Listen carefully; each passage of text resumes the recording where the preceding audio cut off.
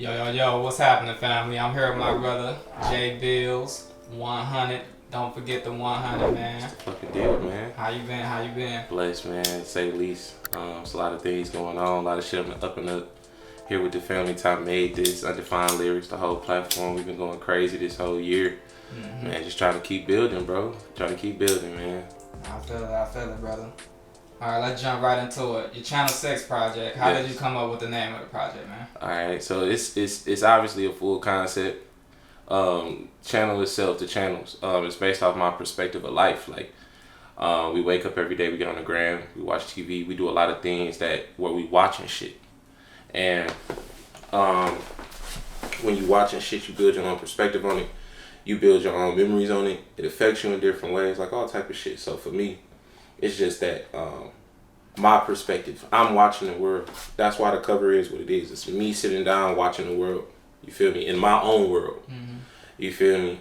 The 6 is, you know what I'm saying, is due to, my affiliations with Folk Nation. You know what I'm saying?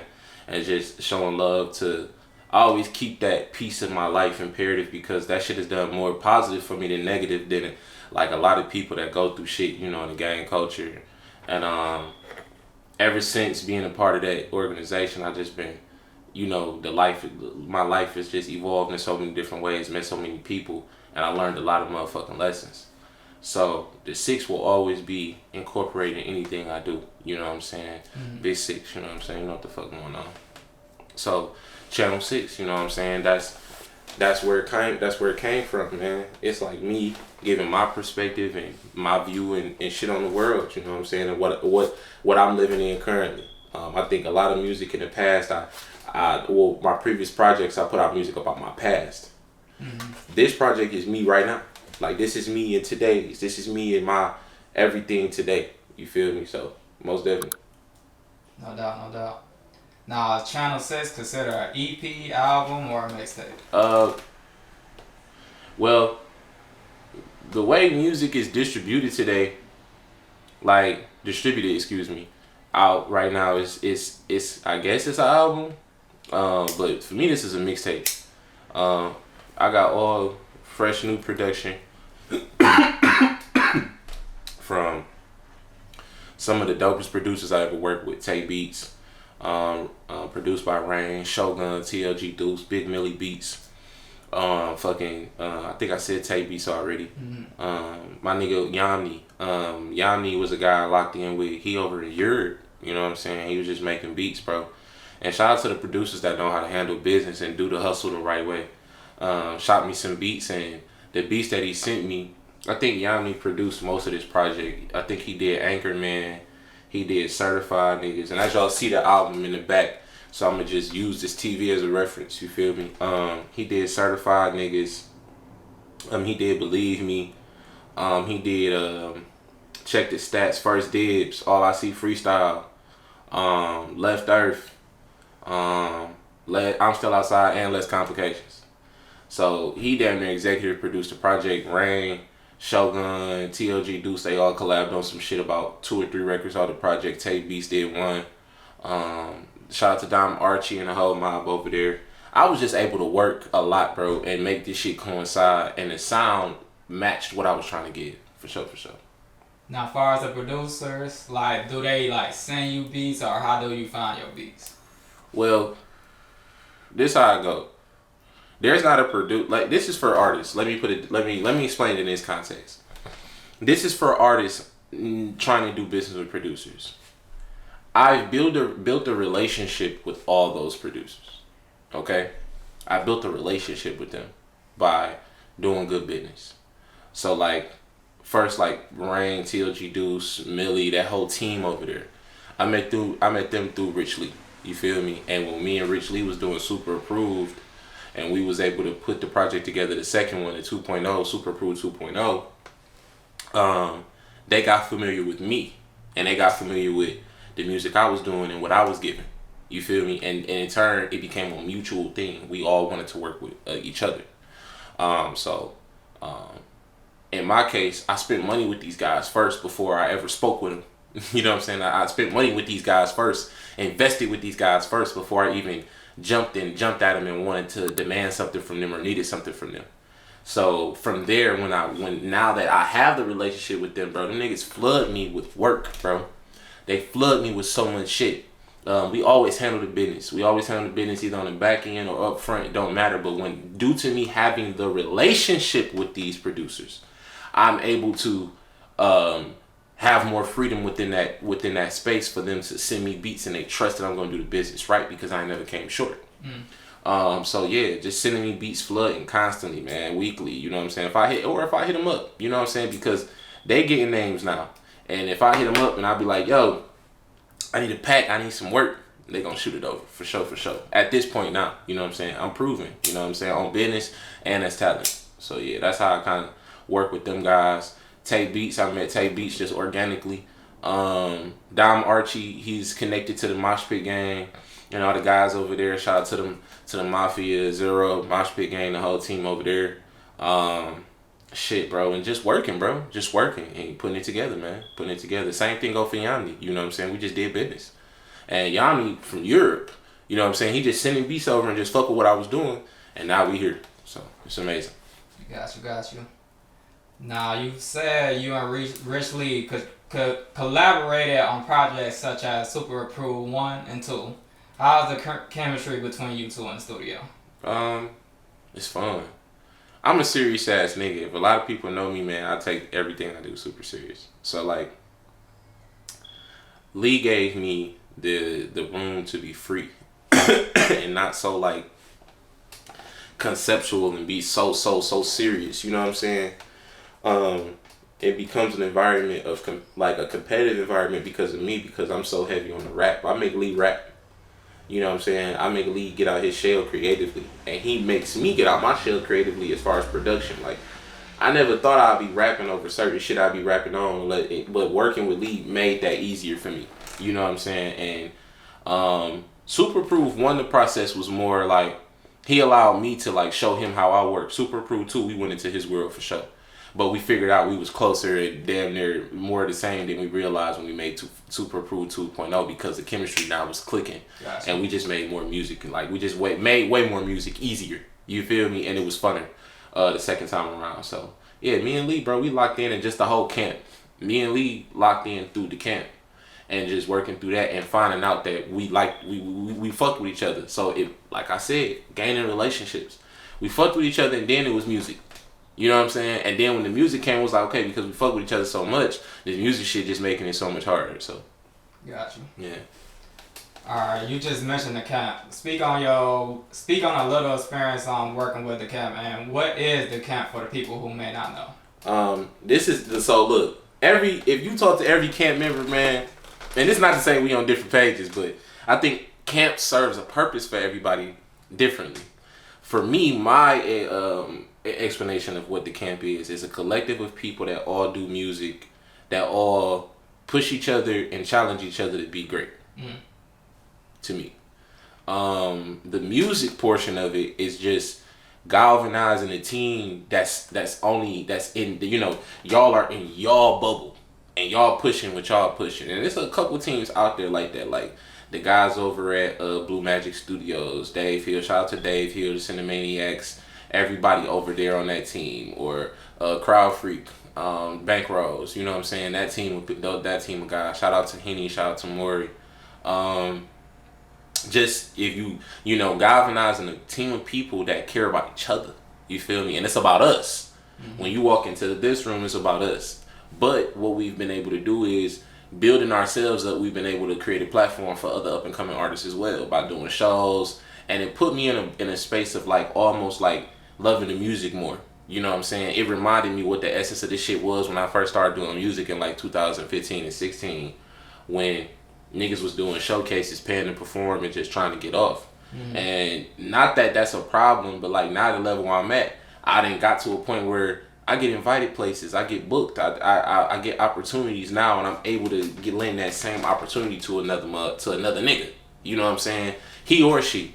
The camp has given me a understanding of business better. Now I understand both sides of the business, the venues, the promoters versus being the artist or somebody trying to perform, nigga. It's bro, this is a game. This is not a motherfucking everybody just eating off each other. Nah, bro, people gotta pay to play. People gotta get their talent off. It's such a fucking, it's a big world. But now I understand both sides, so it made me understand the venues. It made me understand the bookers. It made me understand the business side of things. But it also made me in tune with the artists as well.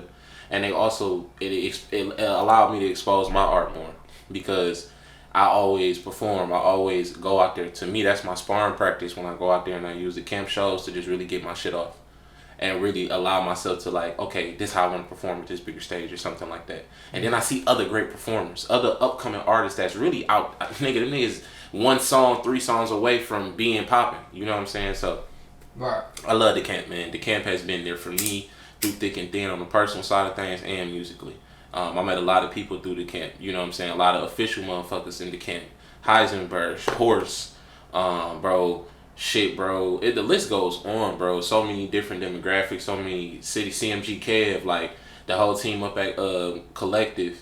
Bro, list goes on. Meeting you, Ty, I met you through camp. Right, you know what I'm saying? And just going from there. So yeah, it's lovely. It's lovely. I'm a Mafia member. Got you.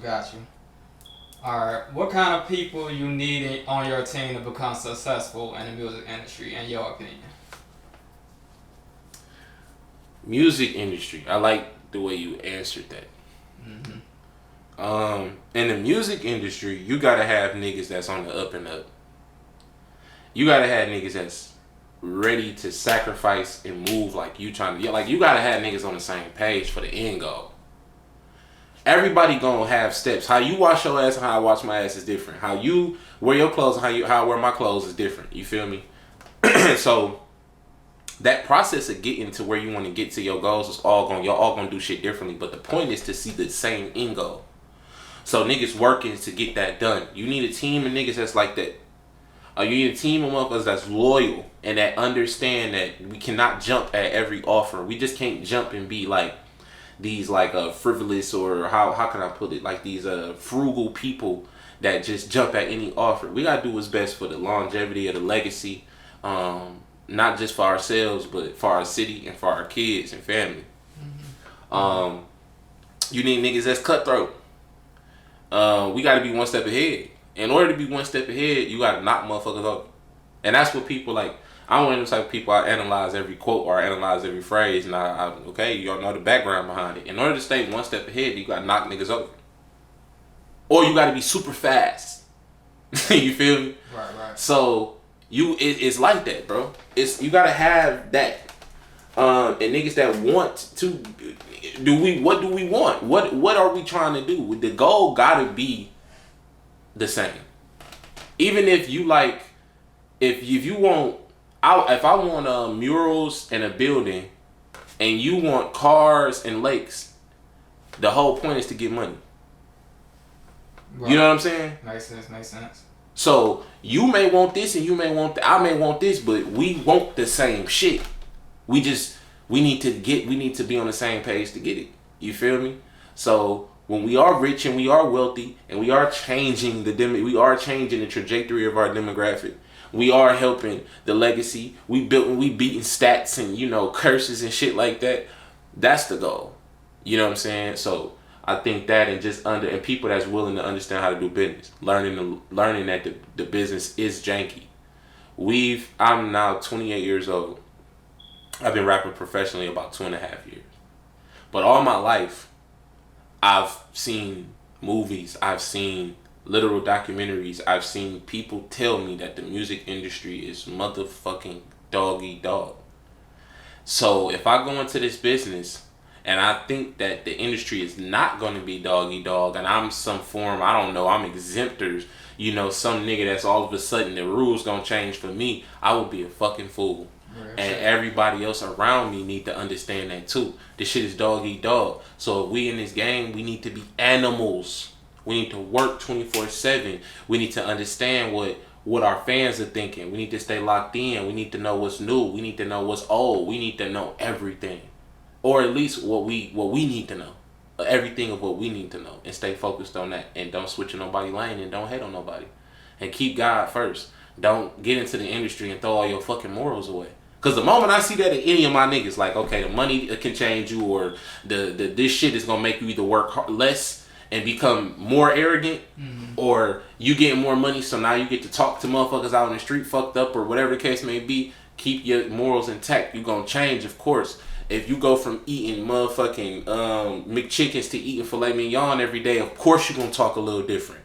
Right. Of course, if you was fucking Shaniqua from 7 Mile and now you fucking Jasmine from motherfucking Columbia, of course you're gonna talk a little different. Of course you're gonna wear some different clothes. But who you are at the core, when they sit down with you and they get to talking to you and building with you, that always gotta be intact. So, yeah. Got you. Alright, back to the project, man. Channel 6 consists of features such as Taylor Bentley, Shawty Cash, 1LT, Rich Lee, plus more upcoming artists around the city. What made you choose them to feature on this project? Shit, Taylor Bentley to me is the hardest female rapper in Detroit, Michigan. To me, she the hardest rapper in the industry. You feel me? Female rapper. I hate to put the female on it, but she is a female. I put my money on Taylor Bentley. Simple as that. I said the same thing. You feel me? I put my money on her. So this ain't no bias thing. You know what I'm saying? I know a lot of people know us personally, but it's not personal. It's music. I'm an artist. I'm a rapper. First off, shout out to every female rapper out there. Good, bad, or indifferent. I love seeing women get into male-dominated fields and dominate. Taylor dominates. Taylor gets on records with niggas and kill them and make their song better. Nice. And shit, she can't. That's my dog. That's my friend. I love Taylor. Everything she got going on. And whenever I do something, I'm gonna make Taylor a part of it because Taylor fits everything I do. You feel me? It's simple as that, bro. To me, she's hardest. You know what I'm saying? There's some other hard females, but we talking about Taylor Bentley. So for me, I'm gonna always have her a part of what I'm doing because she's amazing, great artist, and she can rap her ass off. Plus, she known me for years, so to put this album together and not make Taylor a part of it would be crazy. Shawty Cash. Shawty Cash to me is unique and might be the most like. So when we talking about this demographic of Detroit and you know nigga rappers coming up and shit, Shawty Cash, his proof in the numbers. So I mean, look, I don't think Shawty's music is for everybody. I don't think Shawty's music is for, you gotta like Shawty. You gotta like who he is. You gotta know, you gotta see him and want to hear it. And when you hear it, you're gonna believe it. Trust me. Because who he is as a person, the music, it translates through the music. You feel me? So not everybody gonna catch that shit or hear that sound and wanna and it be but the people that do hear it and love it, they become like, you can tell, bro, that nigga got more monthly listeners than half of us. That nigga killing streams. He killing shit. You feel me? And I'm the type of nigga that give niggas they flowers. When I see that, I'm a nigga that's like, damn, that's what I want to do. That's what I want to be. That's where I want to be. So I align myself with greatness. You feel me? That's really big. Some of my other reasons for having the features that I have because shit, like I said, I want to align myself with greatness only. And to me, Shawty's one of the great ones, you know what I'm saying? Especially on the upcoming scene. One Up T connects with me. I connect with him. I like the shit he say. I only like working with people that I feel are up to par with my skill level and talking the shit that I talk to. One Up T is one of those guys. He reality rap real shit. You feel me? It's not nothing fake or fraudulent. It's not no fake ass big, Detroit bop shit. You feel me? Nah, bro. Niggas challenging it and pushing the pen. You know what I'm saying? And that's what I respect about One Up T from the time I've heard him. I heard him before the Good Karma freestyle, but I wasn't like, the prominence of where niggas get, bro. When a nigga get to a certain level, when they finally do something where it connects to everybody around them, bro, that's their moment. You know what I'm saying? That's the ceiling that niggas want to see, because at that point your uprise, now from there you just gotta knock levels down. It's like a video game. You know what I'm saying? You just going to the next part every time. You know, you can knock down this milestone, then it's the next milestone, next level, it's the next boss level. You feel me? And for him, I'm happy to see him go through that. Now he got to keep that shit up for himself. You feel me? I would be crazy when I heard that record, man. Shout out to OG's Rick Dre. He produced Call Me Bills and 444 AME track. When I heard it, that's what came from me. And I said, well, I want to put somebody on this that song gonna say the same shit I'm gonna say, or even better, or shit on the same part. And he was that. Yeah, I definitely you know what I'm saying? Each other for sure. Like, man, I've heard that. Like, now niggas want me and more music from me and him, but it's like, hey, we just working. You feel me? And I know when he heard it.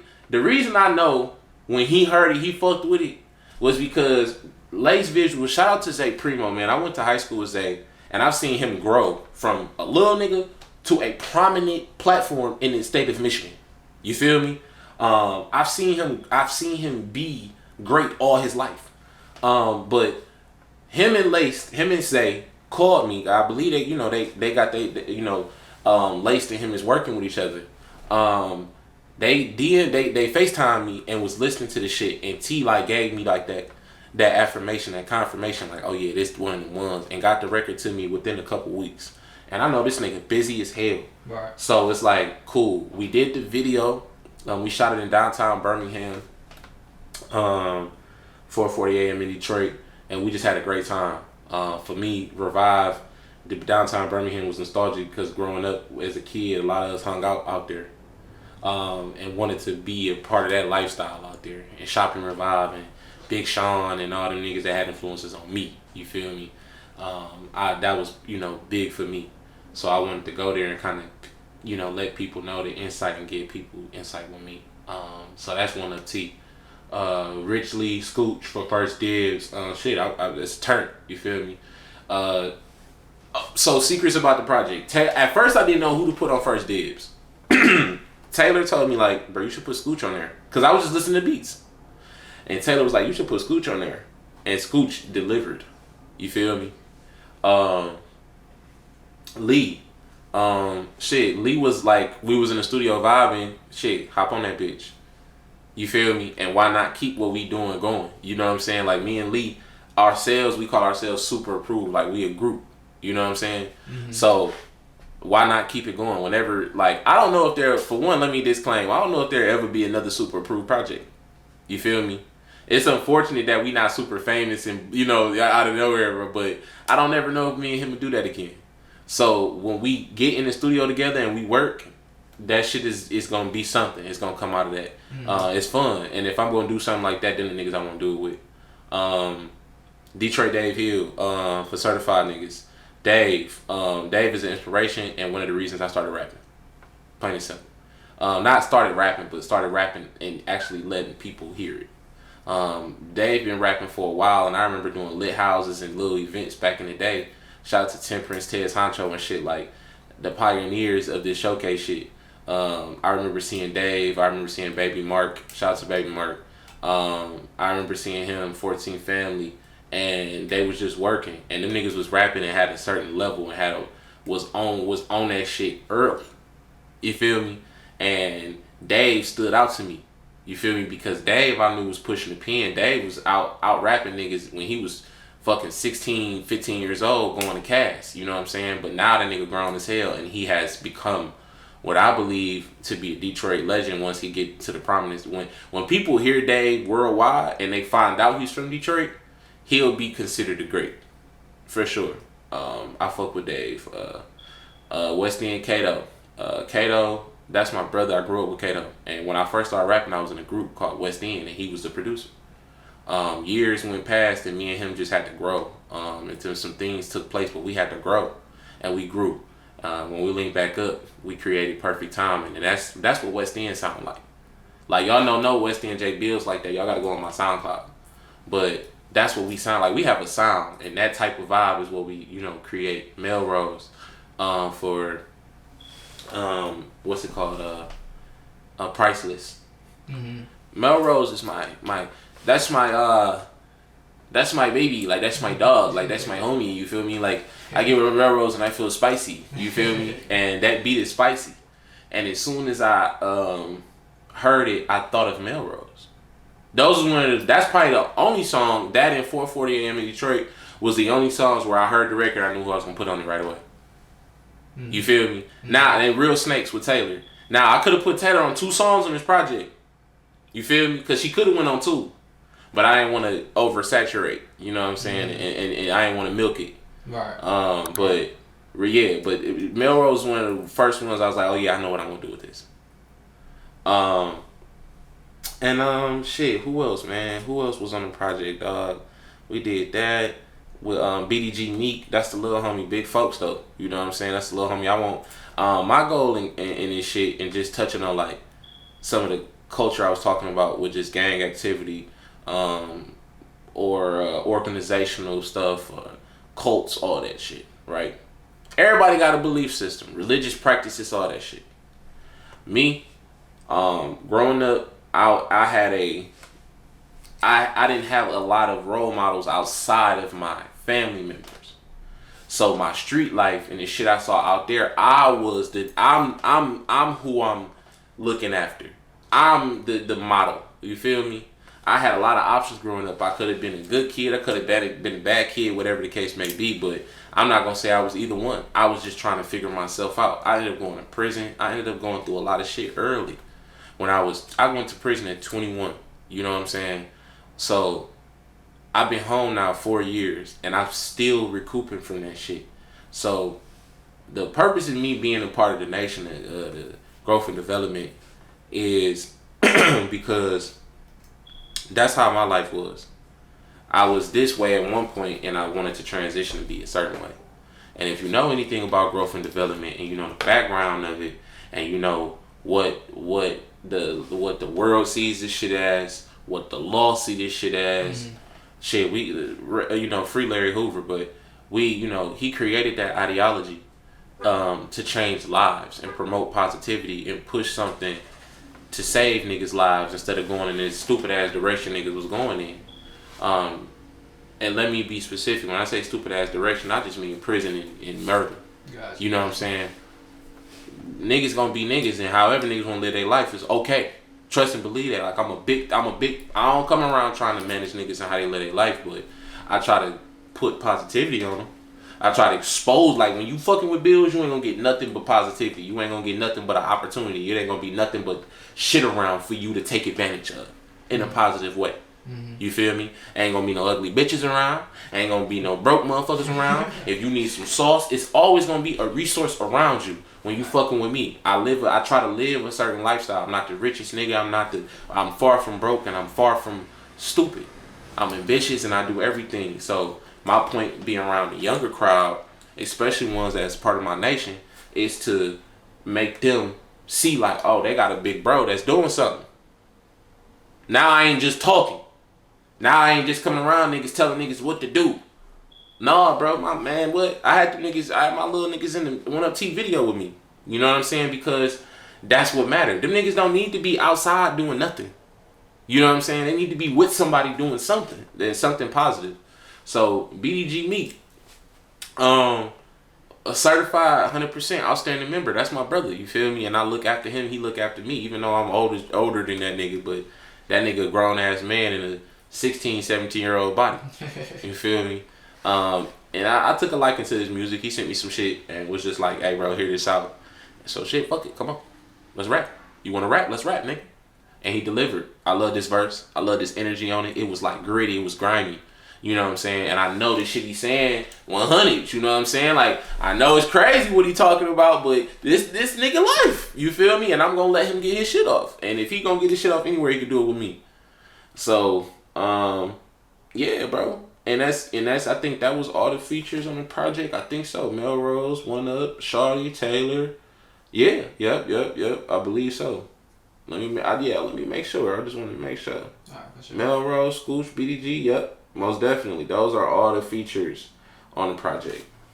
Alright, for sure.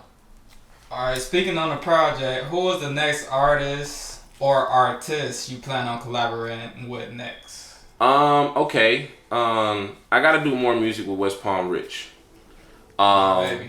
Me and West Palm, bro, that I respect him as an MC so many ways. Like he's skilled, you know what I'm saying? But we gotta do more music. But me and him so alike on the business, you know what I'm saying? We forget to get in the lab with each other. Like no cap. Mm-hmm. Somebody that I would want to work with. Um, man, if I'm being really honest, if I'm being truly honest, there's artists that I want to work with. Like, I would love to do more music with Sam Shabazz. Me and him did some work on Green Dolphin. We did Thought I Needed Drugs, which was a very good song.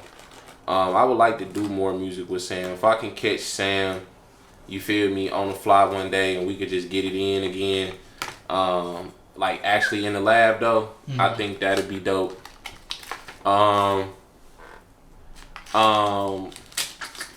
Smooth.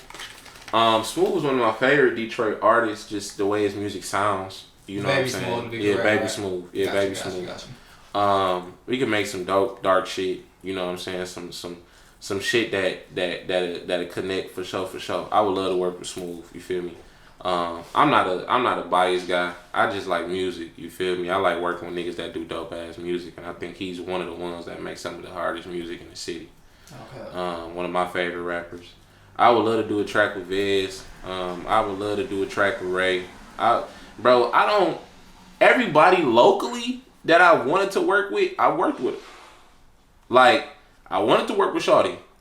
I wanted to work with Dave. I've worked with Dave twice now.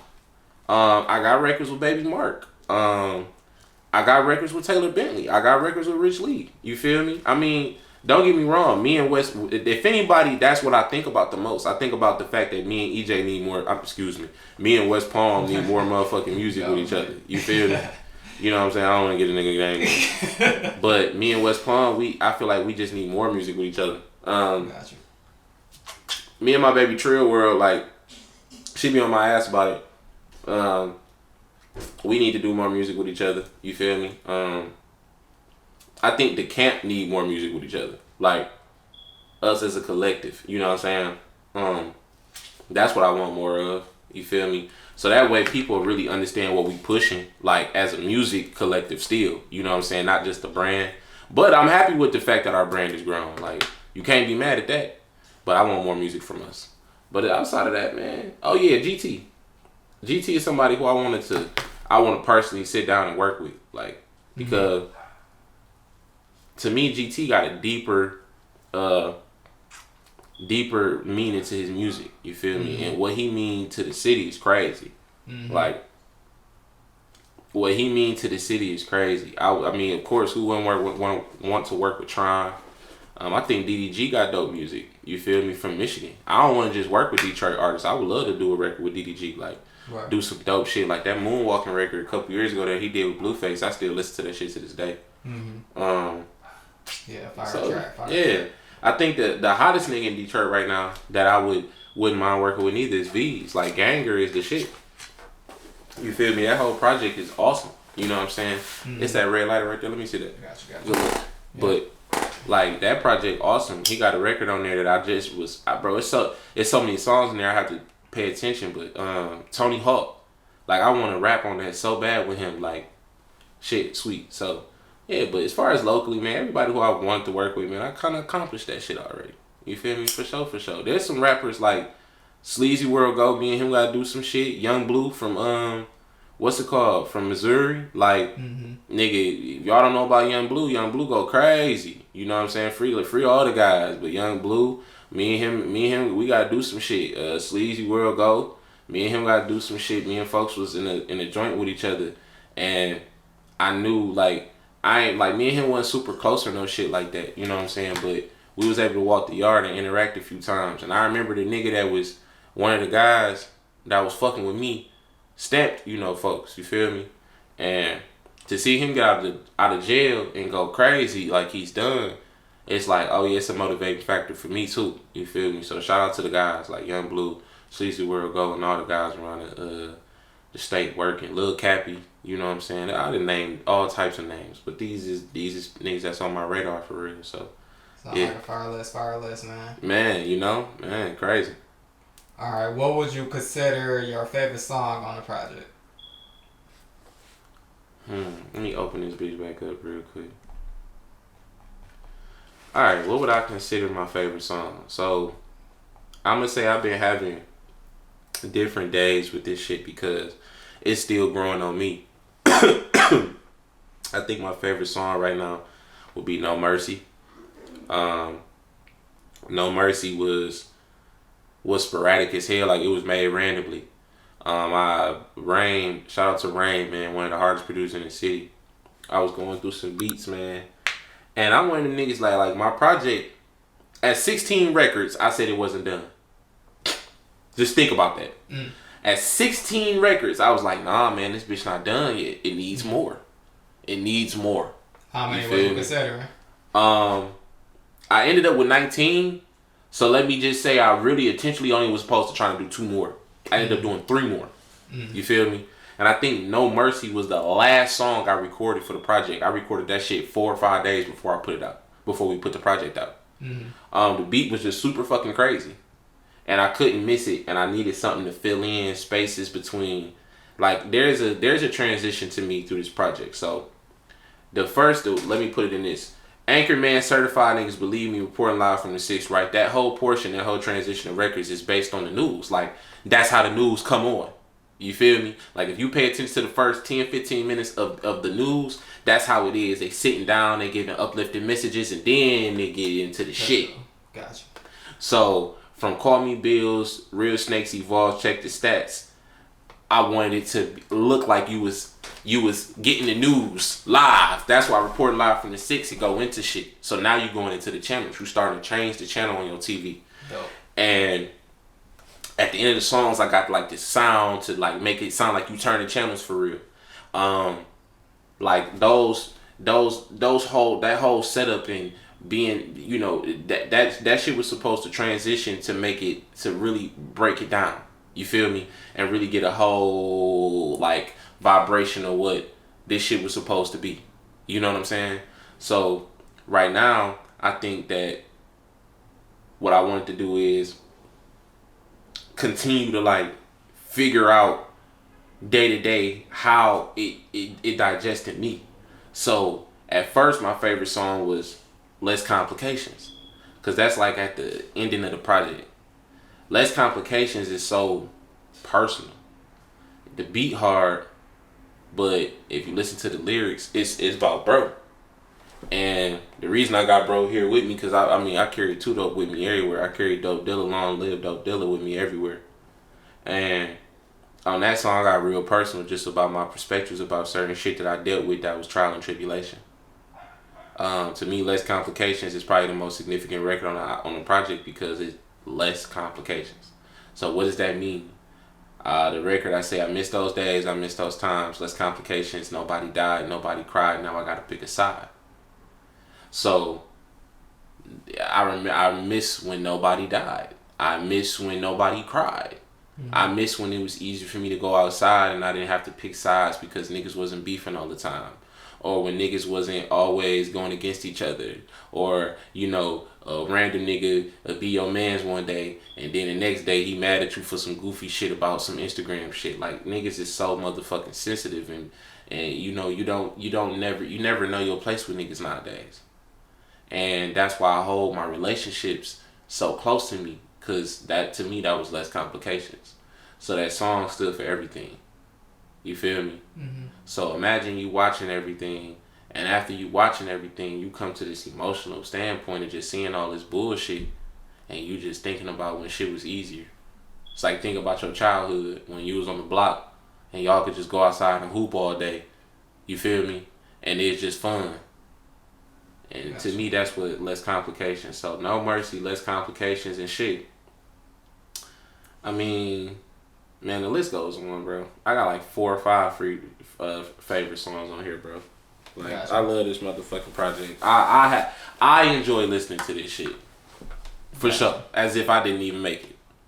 So overall, it's no number 1 favorite. Nah, man, no number 1. I got like a top 3. I got a top 3. I think the top 3 is No Mercy. I think the top 3, it will probably be Less Complications. I Can See, and I'm gonna put it in 4:40 a.m. in Detroit. Gotcha. Honorable mention to Priceless with Melrose. Melrose probably the Priceless is crazy. Got you. All right, man. Let's tap into the hip hop culture, man. Rap music is allegedly down 27% this year. Allegedly. What's your thoughts on the state of hip hop, and what do you think the hip hop sound will sound like in the next 5 years? Okay. So the problem with hip hop, because it is a problem with hip hop. The problem with hip hop is the authenticity that we was used to is gone, because social media has taken a layer of the mystery away from the artists. Mm-hmm.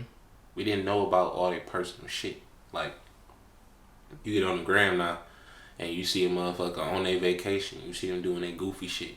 You see a nigga falling down the stairs. Like, niggas can't get over that. It's certain shit that now we see we don't take serious. Trolling is at an all-time high. Artists don't know how to separate themselves no more, which is why I love, and I always hold Kendrick, Cole, Drake, and certain artists on the pedestal, because they know it, they get it. Future, he get it. It's like, I don't gotta be in y'all face all year. You know what I'm saying? I put out this music, y'all gonna see me, and I'm gonna get back to my life. Cause this, when I drop, it's gonna be so turnt. It's gonna be so turnt when I fucking drop. You feel me? That, I don't need to be just so accessible. I don't need to be on the shade room. I don't need to be, on neighborhood talk. I mean, the blogs is the blogs. They gonna keep shit up. But right. The fact that we now have a day where we can get on the internet and see a nigga and his flaws and all rapping, it just isn't. It's a problem now. You feel me? Because we used to be worried about what the artist gave us. Now, when niggas start getting into like major allegations and real shit going on with people, that's different. But we know way too much about niggas' baby mamas. We know way too much about niggas' kids. We know way too much about niggas' moms. We know way too much, bro. You feel me? Like, I never see the day I get on the internet and I see a nigga and his mama talking about his dick. Right. And arguing about it. Right.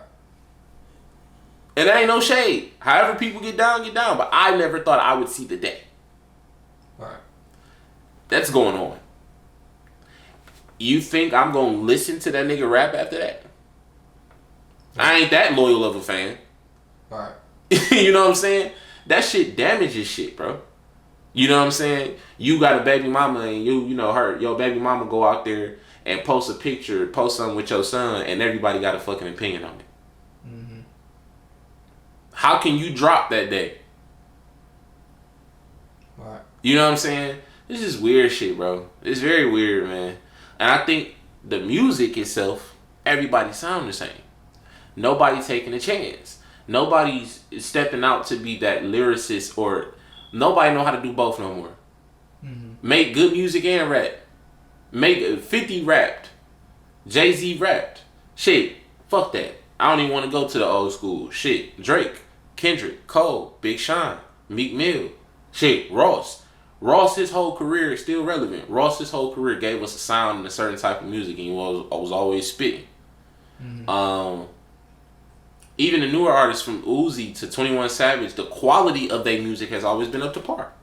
Right. So the newer artists, I feel like now that we here in 2023, it got lost. The streets kind of fucked everything up a little bit, because now you got crash out music. They think it's drill music when it's really crash out music.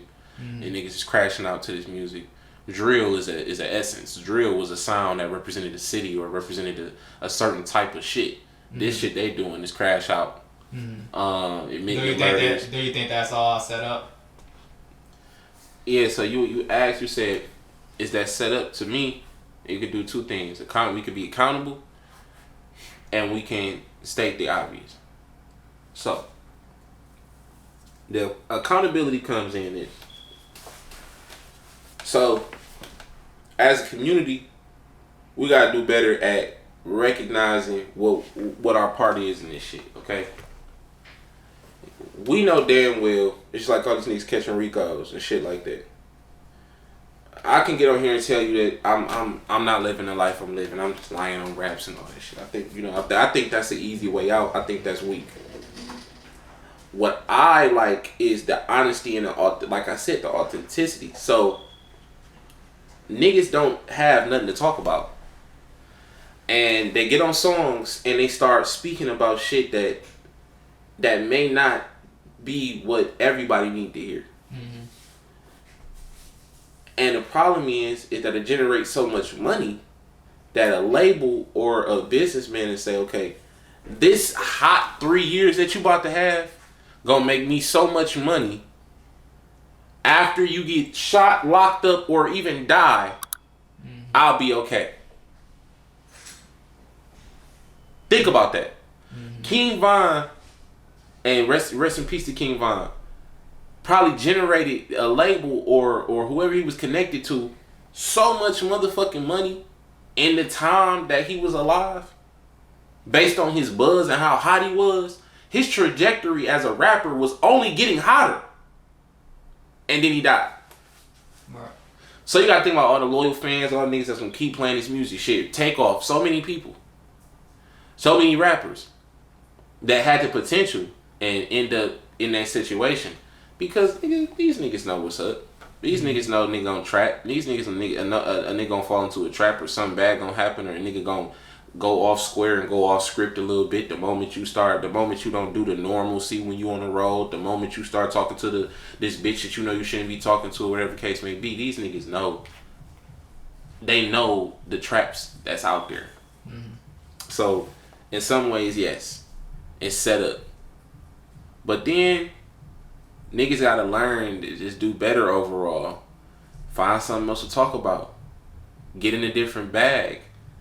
Shit, get help writing. Be better at the essence of music and stop taking an easy route out with this weak ass music, bro. Niggas have no type of sauce. And people don't be hearing the story of like the J. Cole and the Drake, how they say they actually study the game, like how Kobe has studied basketball. You know what I'm saying? So they can like. I didn't sat down. I remember my 8th grade year. I got kicked out of a school district, and I sat down. And for years, from the years of 2008 to 2011 or 12, I listened to every piece of music. I watched from music go from that Piff to Apple Music. Mm-hmm. You feel me? I watched streaming become a thing. I seen it all.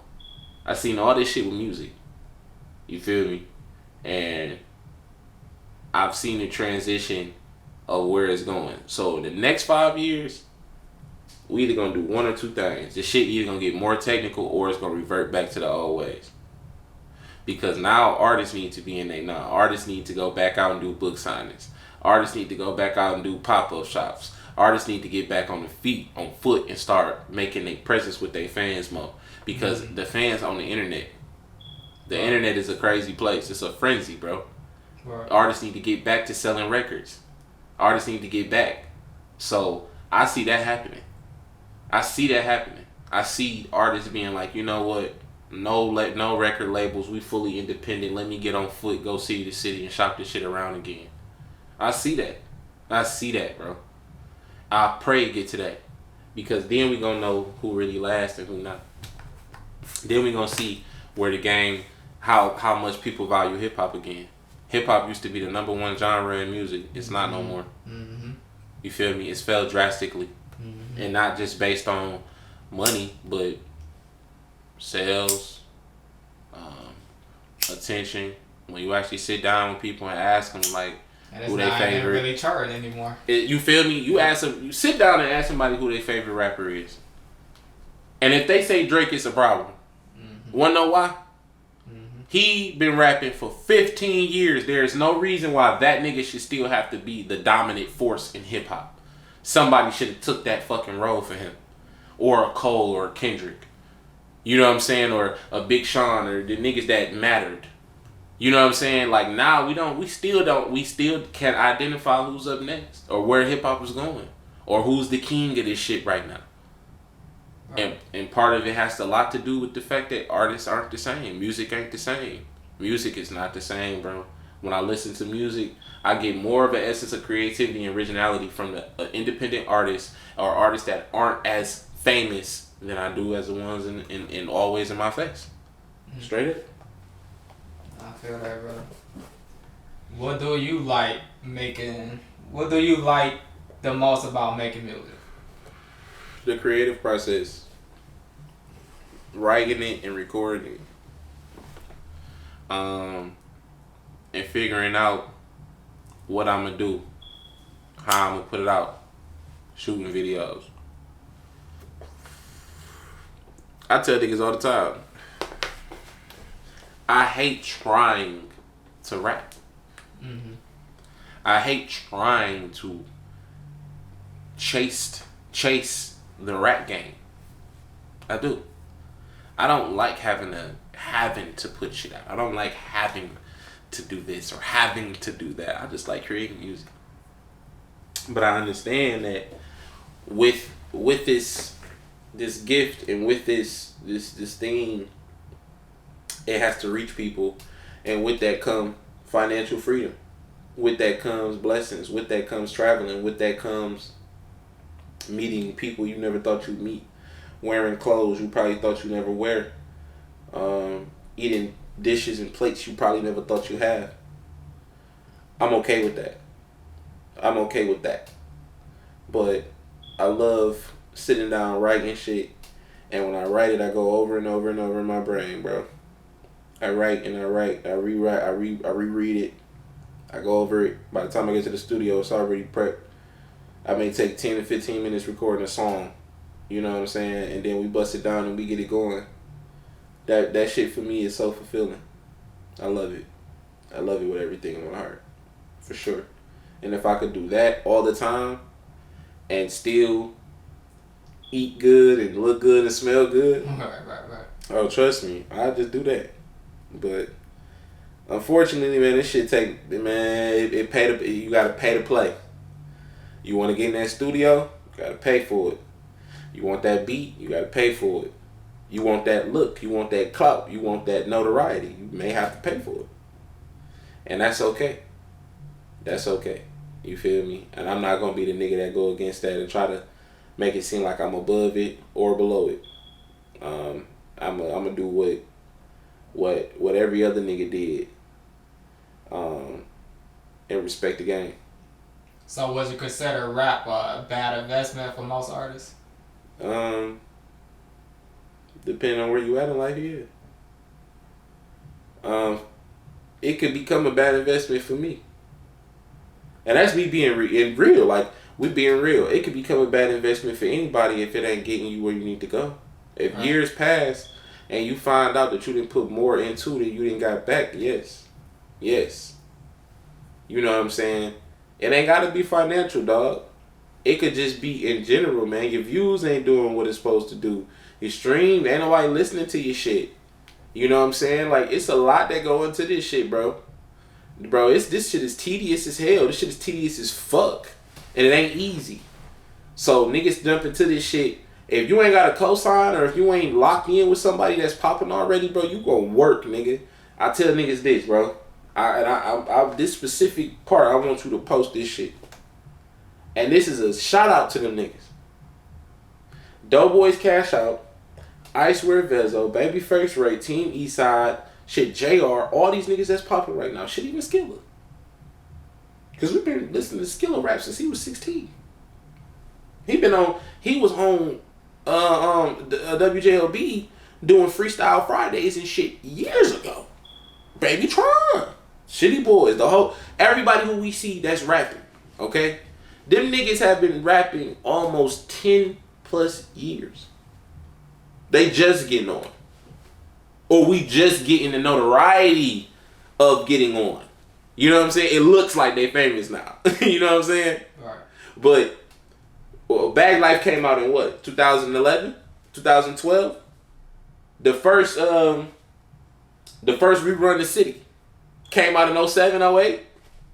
Clarity 2 came out in 2012, 2010, 11, 12. Like, let's just be real.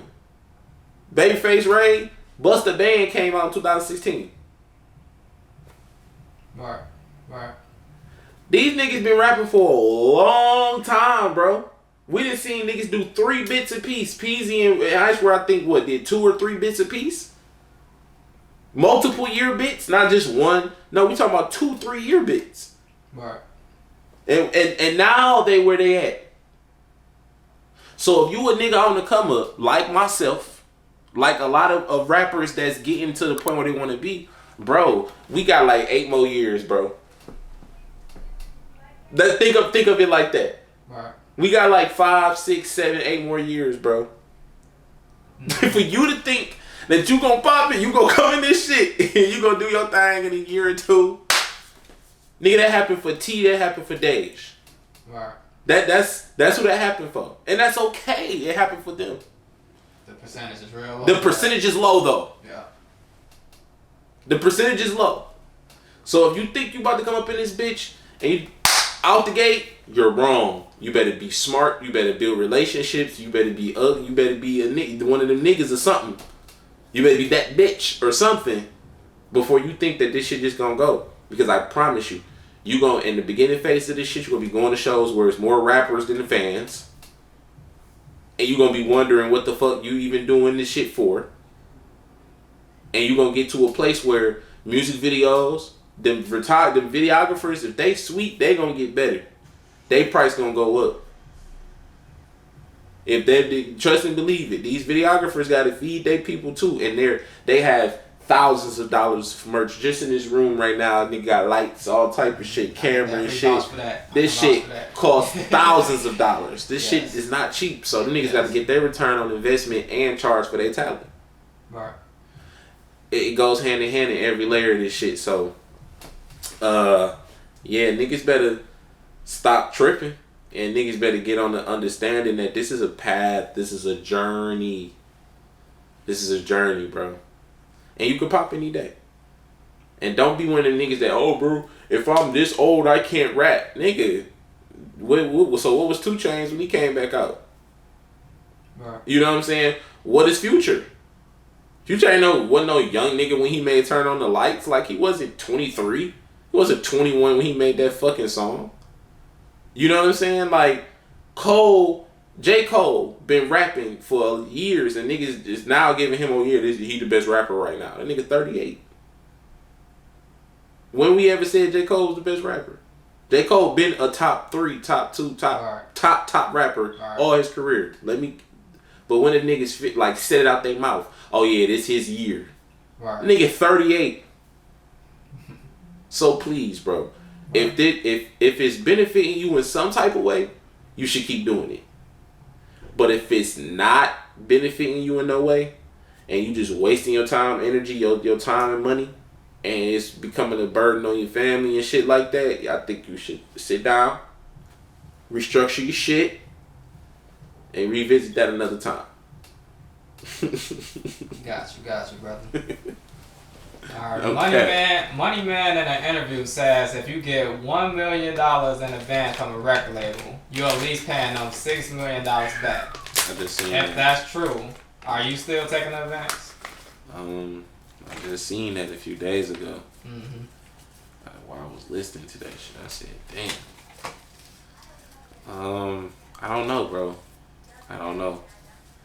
But I studied the game enough to know that it's niggas out here that, damn, I need some more woods. But it's some niggas out here that have been able to structure deals and contracts based on their own success. Mm-hmm. What I would hope to do, what I've seen other people do, and you know, for anybody that watches this, educate me if I'm speaking on something that I'm missing or anything. I've seen examples like 21 Savage, shit, even Detroit's Own Peasy, where they have distribution deals with certain labels and they pay them per project or based on, you know, whatever going into that project itself. Mm-hmm. No advance is necessarily given, but they have the availability and have the resources to connect to a different demographic based on, you know, a per project basis or something like that. If I could do something like that, if I could build up my brand, though I'm a member of the camp, my brand itself 100 years, if I could build up my brand and then, okay, I got this going on and I can go to a label and say, hey, I want to do this with y'all, or y'all want to do this with me, well, I got to get a 50-50 split. Something got to be generated in that. Do I want to take millions of dollars from a record label? Fuck no. I don't want to pay nobody back for shit. That's why I don't like taking money from motherfuckers. As I don't like owing a nigga $1. So fuck $1 million, 2-3 million. You feel me? I ain't trying to do that. But I'm gonna say this.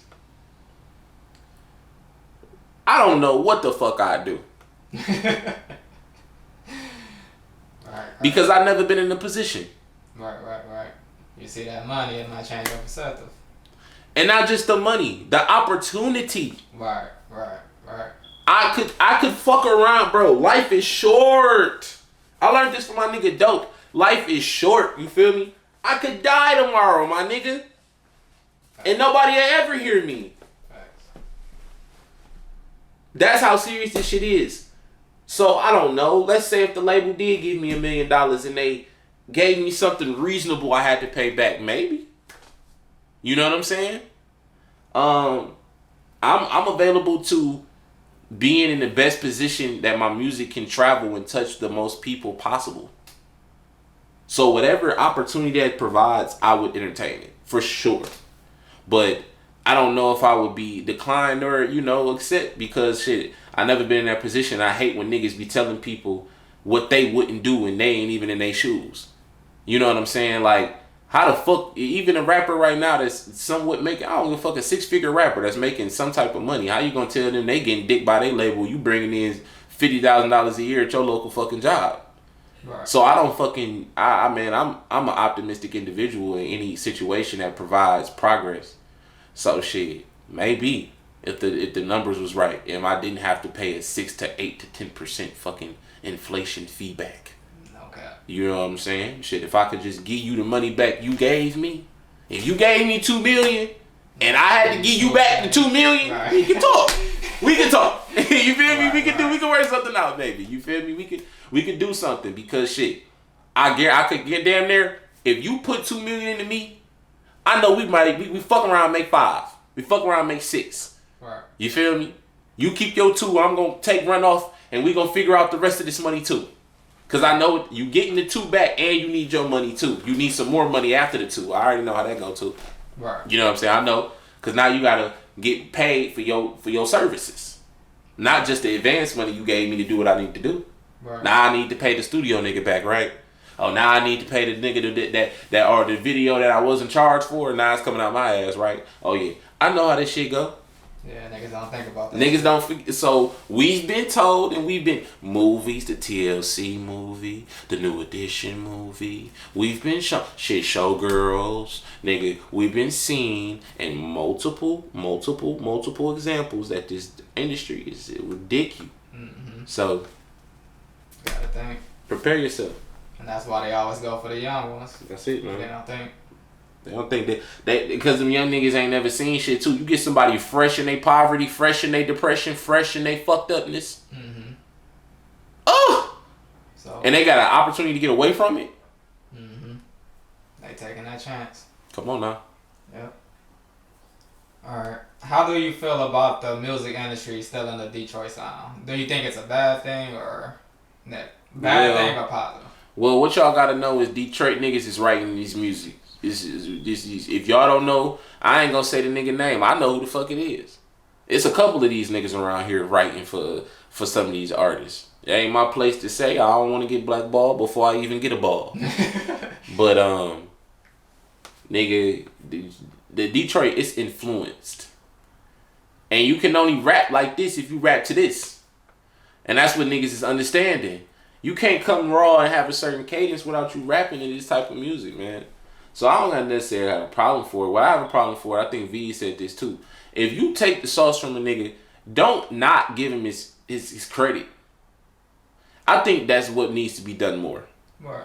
I think people need to say, yo, shout out to them Detroit niggas for creating this wave for us. Mm-hmm. Or shout out to them niggas in the D for putting us on to this. Like the D do Oakland. Or like the D do Atlanta. Right. Or vice versa. Right. I think that the whole industry need to do that right now. Because it's niggas in Colorado rapping over Sav beats. Man. Energy beats. Man. It's niggas in... The only niggas that kind of still had their own sound is like New York got New York, Brooklyn drill. Cali always is Cali. Cali's Cali. Right. Cali has its own sound. Right. If anything, Detroit niggas picked up that smooth shit from California. Mm-hmm. Atlanta, the South itself is where your trajectory of music is going to be tested the most. Because everybody down there kind of sound the same. Like, the thing about the South is they dictate so much because they got so much, everybody supporting each other. So even if they opt out and they beefed out, bro, you know how many niggas is signed to just CMG alone? So if any nigga that's in the street, young nigga that's tied into any 6 to 10 of them motherfuckers gonna get a chance. Or let's say fucking QC. Right. Or any of them labels down there. You gonna get an opportunity because you locked in. You feel me? Up here we don't have that.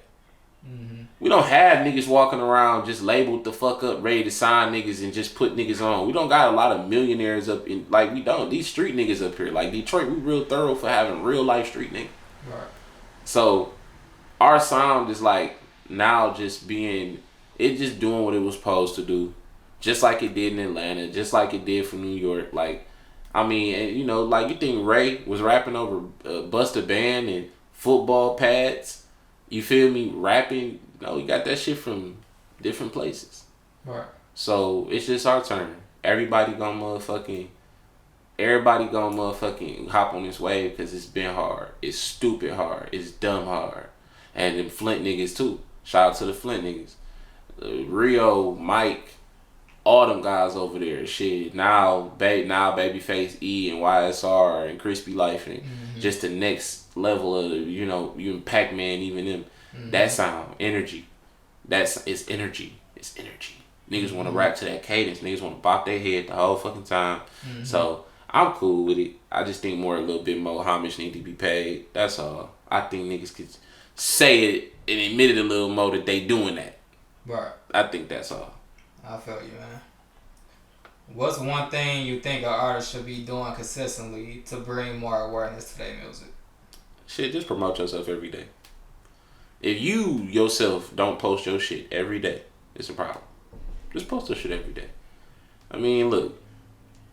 Man, I lost 3 Instagrams. You know what I'm saying? I had 10,000 followers right now. You know what I'm saying? If, I wasn't handling my social media incorrectly. But now that I have and I didn't win a certain amount of time without having problems, bro, I get more interaction on my page than I do on any other blog page. Or you know what I'm saying? Like, the traffic comes straight to me. So I just post my shit every day. You know what I'm saying? Post your shit every day, bro. Post your links every day, bro. On your story, on your page, however you want to do it. Even if it's the same content. Same shit, bro. I don't give a fuck if you ain't posted shit all day and your last post was 21 hours ago and that was the same shit. Post your shit. Post your shit. Because how the fuck people gonna know? You may have 3,000 followers and the first day you dropped your video, you may have had 200, 300 views. From my understanding, they say they only show like 10% of your followers. Of your followers. You feel me? The algorithm, the way for you to even be in the algorithm, my nigga, it takes a certain, and people wonder why certain niggas spam or certain niggas hit your DM because, bro, let's just say let's say I got 10 group of loyal niggas. If y'all all comment, it's gonna pop up again for people more frequently. The more engagement that come on my shit, the more my shit gonna pop up. And the more, the higher the percentage of me popping up in front of all my fans is gonna go up if y'all support. Right. So you gotta know that shit. Like, you gotta know that when you doing this shit, that's your whole point. Like, have your people involved and promote your shit every day. Push your shit every day. Now, when you get to a point where you are in the demand, that's different. We not having that conversation though. We just talking about what should an artist do. Post your shit every day. You feel me? Right. Outside of that, that's it. You feel me? I don't know what a motherfucker do it. You can't do a million things every day, but that one, if you can't take the time out to share your own shit, you're crazy. And I know some niggas every day that get up doing everything else. But it better be something content. I don't give a fuck if it's a TikTok. I don't give a fuck if it's a clip of a video. I don't give a fuck if it's just like a little snippet or something. It should be you and promoting yourself every day. Nah, I feel you, brother. Alright, now let's touch base on you growing up in the city. From my understanding, you were in prison at 21. How has that experience impacted your life being locked up at such a young age? More positive than negative. Shit, you just gotta. This kind of sweet and simple. You just gotta make a choice. You gotta want to do better for yourself, type shit. Growing up, I grew up on the west side of Detroit, Michigan. But I like my early years. I had a lot of I lived in like 2 different neighborhoods from Finkel to Plymouth, and I finally found a piece in a home in the area like Wyoming, Detroit, the 4204 area in between Tyron and Joy Road. And I stayed over there a lot of time of my life, and then I moved from there down to Joy Road in Evergreen. And I was just, I had a different experience because I went to school Southfield because my grandparents stayed out there, so I used their address to go to Southfield Public Schools. Mm-hmm.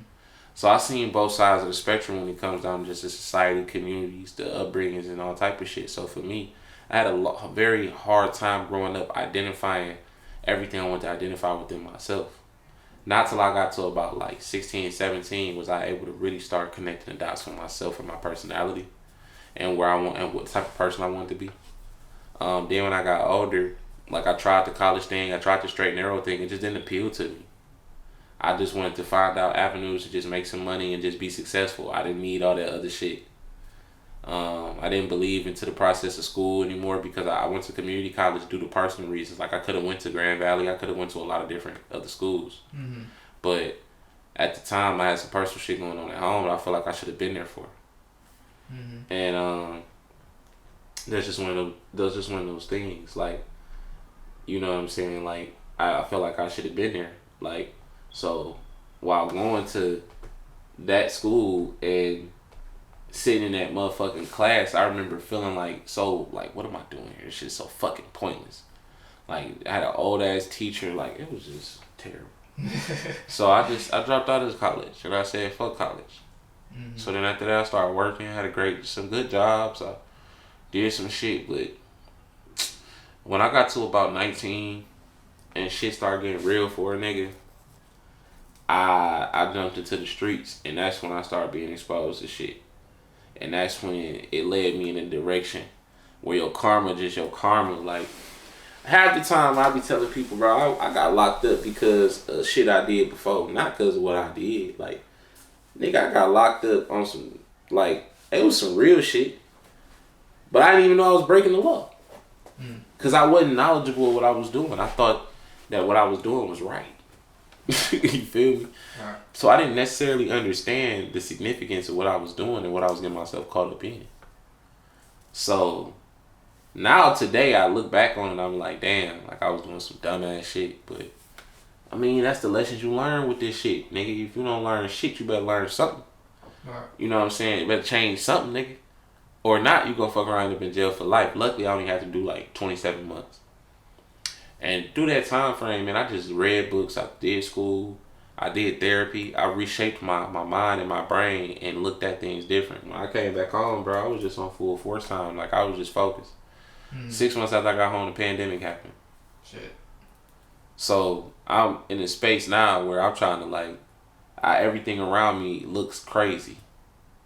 But I'm trying to keep up. I'm trying to come home and still be myself. I'm still trying to be. So, I had a hard time at first, but I realized throughout the time frame that all that shit just made me better. Cause the man I am now, I think I'm now 4 years removed from prison, feeling like I'm just now fully recuperated, and I feel like myself again. People gotta understand the system, man.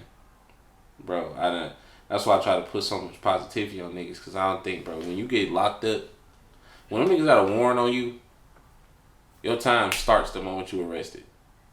You're not going back home. Right. Literally, bro. They put cuffs on you and they process you. Nigga, you could have been cutting the grass, not knowing what the fuck going on. You could have been with your kids. Mm-hmm. You could have been sleeping in your bed. That's the last memory you got of your space. You didn't even expect it. That's how that shit is, bro. If you ain't turn around and you spend more money than you'll ever earn while being in that bitch, don't let you be a nigga with some paper, bro. You gonna lose that shit in prison. You ain't making no money. And then if you a nigga that, if you got long enough, bro, your whole psychological view on life will change and you could be different forever. Mm-hmm. For me, I was blessed to only have to do a couple years because I learned my lesson. And I got the fuck on. I ain't going back. And that's just a promise I made to myself. And I've been standing on that shit since then, bro. I just urge every nigga to think before you do something. Don't be no hoe. Don't be no rat. You know what I'm saying? Don't be on no bullshit and not take responsibility and be accountable for your own shit.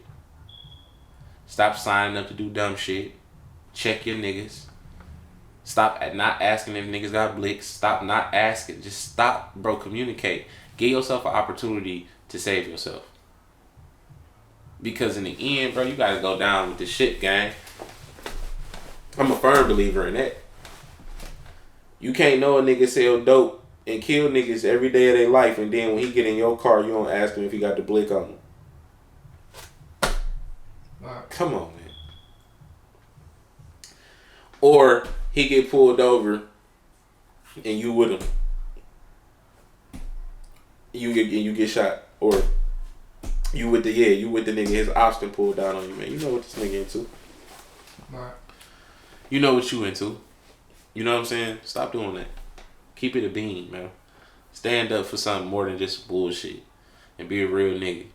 It's okay to be a real nigga. It's okay to have a job. It's okay to be committed to one woman. It's okay not to tell people your business. It is okay. It is okay. I think niggas have a hard problem with them concepts, bro. Cause that shit don't come with the same amount of clout that the bullshit do. It don't come with the same amount of money neither. I can tell you that too, bro. Niggas get paid more to do bullshit than they do to be solid. So shit. Not real shit. So it's a tricky game. It's a battle, man. It's a battle. So when you in that battle, you just gotta be confident with yourself. If you bitching, if you really a bitch for real, you really a hoe, you ain't really made a certain way, nigga, you gonna fall to the traps anyway. So nigga, it's really up to you. It's a choice and an option. I think when I came home, I figured out that nigga, I wanted to be something better, and I didn't want to be no weak ass, broke ass, lame ass nigga out here in the streets. I'm already a gangster. I'm all in the eyes of the community and law. I'm a felon. Right. You know what I'm saying? I'd have been in jail. I remember when I was locked up, they found out I was a gangster. Niggas was like, oh hell no. STG this nigga. Label him. Every time I get locked up, if I ever get locked up again, if I go county anywhere, nigga, I'm classified gangster disciple. Right. You know what I'm saying? Right. Niggas don't know niggas don't know what come with that type of shit. You feel me? That shit come with a whole different level of fucking attention that you don't want. So, think, bro. Think, man. Be better, bro. And if it ain't for you, don't do it. Just don't do it. It's okay to be like, no, what my nigga Trey look, bro. Niggas better watch Boys in the Hood. Nigga was in the back of that whip on their way to kill a nigga. Mm-hmm. Nigga said, let me out. Mm-hmm. Thought about it. He thought about it. Mm-hmm. And his mans and them ain't give him no hard time. You know what his mans did? Pulled the fuck over and let him out. Because his mans knew that wasn't for him. Right. That's why at the movie, and what happened at the end of the movie, they said Doughboy ended up getting killed a couple weeks later. Mm-hmm. Yep. Karma. 2 wrongs don't make no right, nigga. You can't motherfucking put 2 negative numbers together and get a positive. That's not even logical math. Right. It's not. It's gonna be a larger negative number, bro. Niggas gotta think about life like that. Nah, real shit, man. While incarcerated, what did you miss the most while being locked up? Shit, just getting up and being able to do what the fuck I wanted to do. Mm-hmm. Nigga, you get up every day and you in a fucking room with another nigga, bro. That is the worst shit I've ever heard in my life. The every day, bro. Nigga, that shit not fun. And that's what I missed the most, bro. That's what I missed. That's what I missed the most was my freedom, bro. My fucking freedom. Cause nigga, I could have been, nigga, I did a lot during my time in that bitch. A lot during my time frame in that bitch, and I accomplished a lot with myself. But nothing frustrated me more than having to be there. I had to be there. I couldn't leave. Where was I think I go? What I thought I got shot dead. I walked up out that bitch. Right. So there's no in between for me, bro. It's my freedom game, bro. I enjoyed a lot of time in that bitch just getting myself together, but hey, I was good at about 10 months. I got to a point where I was like, damn, nigga, am I really about to be in this bitch a whole 2 years? Nigga, that's 365 days, 2 times. Nigga. All I can imagine. Nigga, that shit not cool, bro. So imagine, bro, this niggas in that bitch doing life. Them niggas ain't going nowhere. Them niggas is stuck, bro. That shit is sad. But it humbled me too. Cause when I was talking to them old niggas, bro, niggas that been down in the joint in the system 30, 40, 50 years and shit. This nigga that been in that bitch since he was fucking 21 years old. Nigga was 82. 83. Don't look it though. Cause in the prison system, you healthy. Right. If you ain't indulging in drugs, for the most part, you're a healthy guy. You eat 3 square meals a day, a certain amount of protein, a certain amount of nutrients. You're working out. You don't have nothing else to do but read and work out, study and work out, study and play basketball. That's it. So niggas in that bitch in shape. I was in the best shape of my life in prison. Right. Like, ever. You feel me? So it's like, it transformed everybody. But bro, niggas ain't ready to. Why strap your nuts on for that? Go strap your nuts on for something different, bro. That ain't it. That ain't it, nigga. Waking up every day next to an over or above a nigga. Mm-hmm. Like, that shit is weak. Shitting in the same room with a nigga. Mm-hmm. If it's time for lockdown and your man's wake up at an emergency at 3-4 o'clock in the morning, you gotta deal with that shit. Like, that shit not fun. Showering, niggas got scabies and all type of shit going on, bro. It was weird shit going on up in that bitch, bro. So, I miss my life. I miss my mama. I miss my family. I had a situation, but it wasn't too thick. But I just missed being around women. Mm-hmm. Shit. Yeah, bro. All of it, bro. Freedom. You don't never want to be stuck on. You don't want nobody. You gotta be there. Nah, I hated that. I feel that. Name one wild story you witnessed while being locked up. Okay. Nigga, we had the basketball court. Man, damn, which one? Alright, fuck that. Nigga, it was this gay nigga when I was locked up named Peaches. Alright? Now, I knew the nigga real name. I ain't call that nigga Peaches. But that just for the story, we gonna say his name Peaches, okay? His nickname was Peaches. And we all knew Peaches was a motherfucking flame. You know what I'm saying? That nigga was flaming like a motherfucker. You feel me? He was flaming. But if you read his paperwork, that nigga was more thorough than half the niggas on the deck. Armed robberies, you feel me? Shootings, assault charges, nigga caught with a pistol, drugs. Damn, this nigga's a real nigga. You know what I'm saying? Like, okay, he's a flame, but he's a real nigga. You might not want to fuck with him. You feel me? He might just beat your ass because he's still a man. Right. Still a man. You know what I'm saying? So, had this little job and shit, man. Where you could, I made a nice little penny. I used to hand out tablets and shit, and I used to take the list for the barbershop. So I'm going around and shit, man. I get to this nigga door, man. This nigga in the room with his bunkie, man. I said, dog, his bunkie was on the top bed, man. You could just see how scared he was and how uncomfortable he was, man. His bunkie on the top bunk, down there against the wall. You feel me? Like, away from the nigga. This nigga Peach is sitting down there with his motherfucking shirt rolled up, a shirt on his head, wearing it like a motherfucking bonnet or some shit. Gonna come to the door, Vaseline lipped up and everything. Man, that nigga came to the door. That nigga said, so I said, hey man, take your ass back to that before you walk up to this motherfucking window, you come to this window as a fucking man. I'm sorry, I ain't with that shit. Now, you could talk how you want to talk, and if I'm out in public, I'm out in the world, and you know, nigga got makeup on and all that shit, I gotta deal with it, cause he free. Right. But in this bitch, nigga, you come to this bitch as a motherfucking man, I made that nigga wipe that shit off his lips, take that shit off your motherfucking head, roll your motherfucking shirt down, and talk to me, nigga. And what time you want to go get your motherfucking haircut? And you better chill before I tell the niggas fuck your head up. Dog. So man, it was bad. Prisoners, man, be some whoa boy. I already know you got hella stories, man. Hella stories, man. I seen how you get up or not. Seen some shit. So, how has the gang culture changed now that you're older?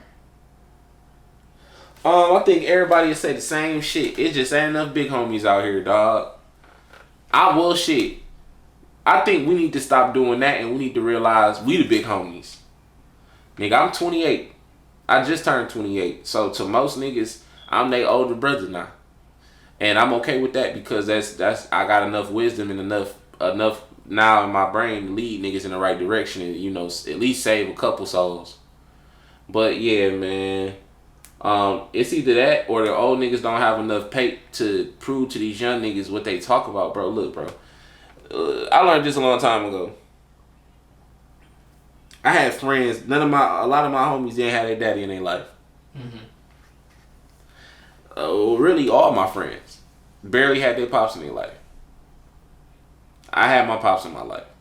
He wasn't the perfect pops, but who the fuck has a perfect father? Right. Who's perfect? Find me a perfect human and you point me to him. Right. And I realized that influence is a big deal. If I come around some little niggas every day trying to tell them what to do, but I come around bummy as hell, stressed, rent fucked up, them niggas just found out me and my girl just got put out last week, I'm staying with that nigga daddy. Like, if I'm that type of nigga, bro, I can't tell a nigga nothing.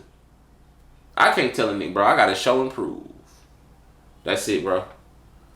You know what I'm saying? It ain't enough niggas showing and proving out here. These young niggas wilding because they ain't got no reference. Right. These young niggas out here wilding because they ain't got no reason not to. Right. What? All right. 15-year-old nigga shoot somebody they live. He ain't gonna go to prison for long. Right. Nigga rob a nigga. What he gonna do? Go to juvie? Okay, cool. He still gonna get out broke, fucked up. He gonna do the same shit. So it's not about the gang no more. It's really about the whole setup of society. The gang structure is the organization. The gangs is supposed to have organizational structure to make sure everybody within a circle eat. It's only supposed to make sure niggas eat and protect each other. Mm-hmm.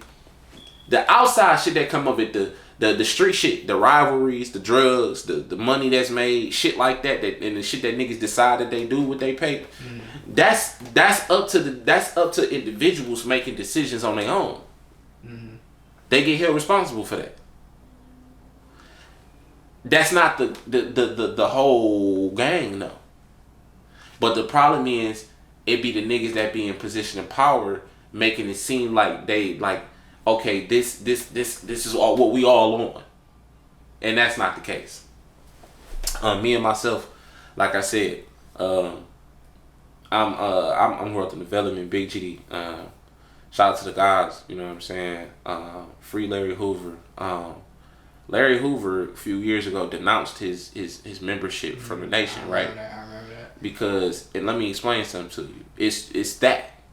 You know, he not an active member. That man is 70 plus years old, been in prison since I believe he was 23. I think he's now 74 or 75 years old. Mm-hmm. That nigga ain't. Hold on. I'm 28. I'm free. I'm in my own crib right now. We chilling right here. We got nice clothes on and shit. You look comfortable and everything. That nigga been locked up since he was 23. Right. How many presidents has this been? How many niggas then died and came in, and how many new kids was born? How many TVs? How has the world changed since 1970? What year he got locked up? I want to make sure I'm right. I don't want the guys to hop on my ass. I think it was 1976. Mm-hmm. That or 1968 or something like. It was one of those years in the 60s or the 70s. He been locked up since that. So he don't have no motherfucking. No affiliation with this shit, but that's just that he got held responsible for everything he had part in. Mm-hmm. So think about that. I could go out there right now and galvanize the and organize the troops and get everybody together, and I'm gonna be labeled a motherfucking at basically what they call us is what is that? What is the term? What is the term? Domestic terrorist. Mm. Like I'm a smart guy. You feel me? They call us domestic terrorists. Gangs, organizations and shit, you know. Right. Y'all domestic terrorists. Y'all niggas are domestic. Y'all been raised in normal, you know, the normal world. Y'all know what's going on, but y'all niggas kill people and shoot people. Y'all are a danger to everything around y'all. And that's the spotlight they want to put on. You feel me? So they can break up the organization in a way. And you don't have nobody being able to be a voice that can represent that with a clean record, with a clean past, with a clean nothing, right. that can be out there and speak. That's another problem. Right. That's in general. You can't have niggas with stains on their shirt coming out trying to be the model.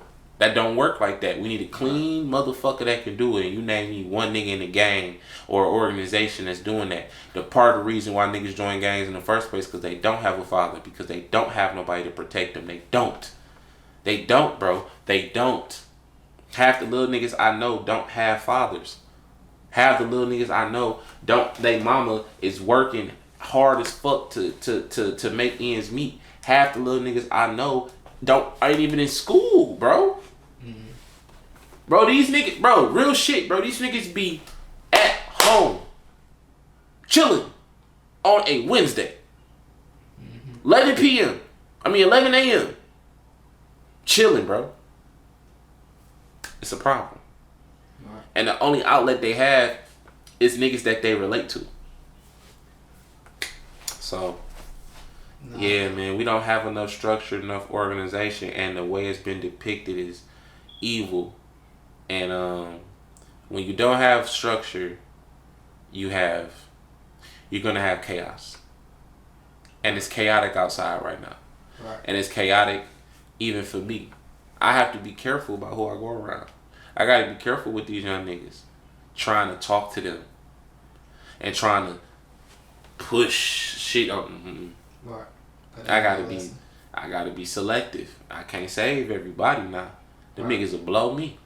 Right. Niggas will rob me. And that's what every big homie gotta know. Every big bro gotta know. Shit, a nigga son, a nigga nephew, a nigga little cousin, bro. A man, bro.